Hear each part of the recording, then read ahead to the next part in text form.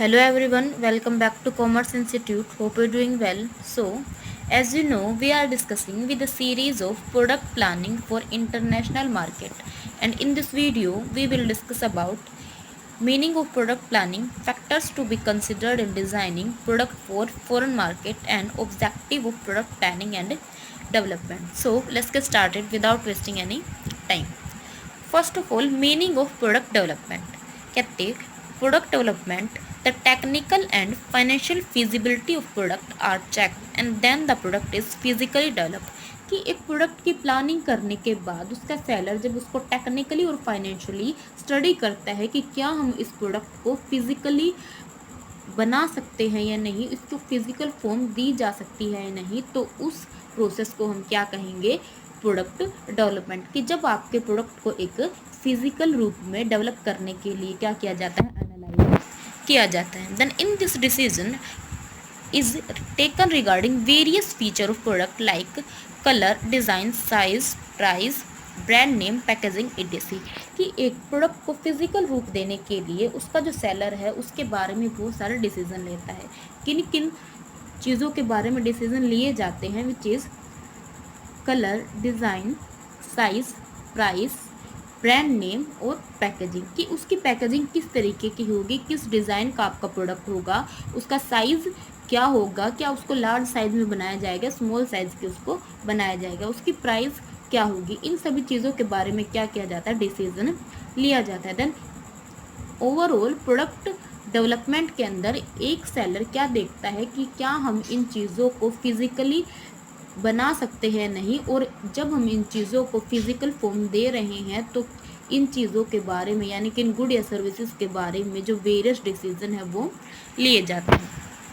The next is factors to be considered in designing product for foreign market. कि जब आप किसी foreign market के लिए प्रोडक्ट को डेवलप कर रहे हो तो आप किन किन बातों का ध्यान रखोगे। Then first is geographic and climatic condition. कि जहाँ प्रोडक्ट को आप सेल करना चाहते हो वहाँ की क्लाइमेटिक कंडीशन कैसी है। फॉर एग्जांपल, अगर आप किसी ऐसी कंट्री के लिए प्रोडक्ट बना रहे हो जहाँ पर बहुत ज़्यादा सर्दी होती है तो आप क्या नहीं बना सकते, जो आपके समर के कपड़े नहीं बना सकते। Then economic condition. कि आप जिस कंट्री के अंदर, जिस मार्केट के अंदर अपना प्रोडक्ट सेल करने जा रहे हो वहाँ के लोगों की इकोनॉमिक कंडीशन कैसी है।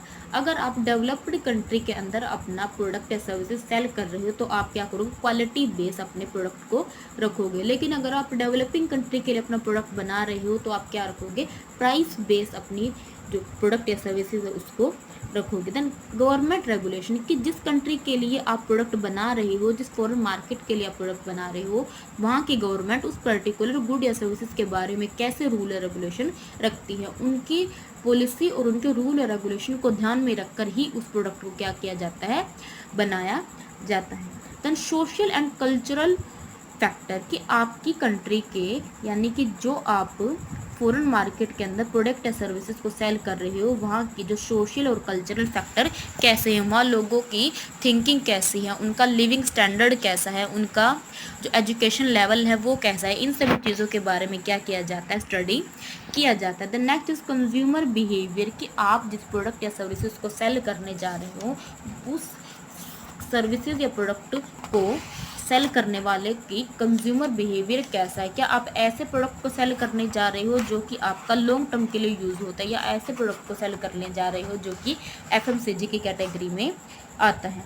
सो आपकी कंज्यूमर की गुड प्रेफरेंसेस, टेस्ट, उसकी नीड्स और वांट्स को ध्यान में रखकर ही क्या किया जाता है, किसी प्रोडक्ट को बनाया जाता है। Then other factor. इसके अलावा भी आपके बहुत सारे फैक्टर हैं जो कि किसी प्रोडक्ट को बनाने के लिए क्या किए जाते हैं, कंसिडर किए जाते हैं। फॉर एग्जांपल, आपके जो भी लेबर है या फिर आपके जो भी रॉ मटेरियल की अवेलेबिलिटी है या फिर आपकी टेक्नोलॉजी कैसी है या पावर्स की आपको अवेलेबिलिटी कैसी है, बहुत सारे फैक्टर हैं इसके अलावा जिनको एक प्रोडक्ट के डेवलपमेंट और प्लानिंग के अंदर क्या किया जाता है, कंसिडर किया जाता है।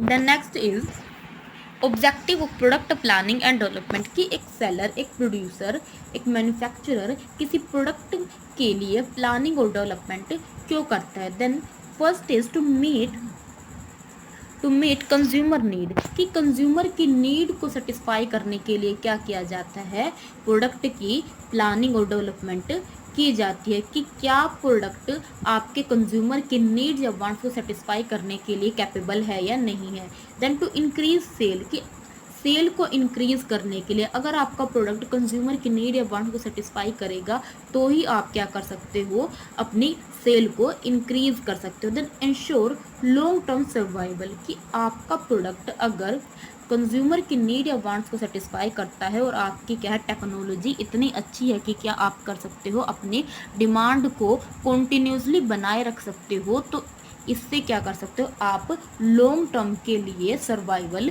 कर सकते हो। देन कॉम्पिटिटिव एडवांटेज, किसी प्रोडक्ट की प्लानिंग और डेवलपमेंट के ज़रिए आप अपने प्रोडक्ट को दूसरे कॉम्पिटिटिव फॉर्म से अलग कर सकते हो और अपने प्रोडक्ट के लिए जो भी कॉम्पिटिटिव एडवांटेज है उसको गेट कर सकते हो, ताकि आप क्या कर सको, कंपटीशन के सामने अपने आप को अच्छे से स्टैंड कर सको।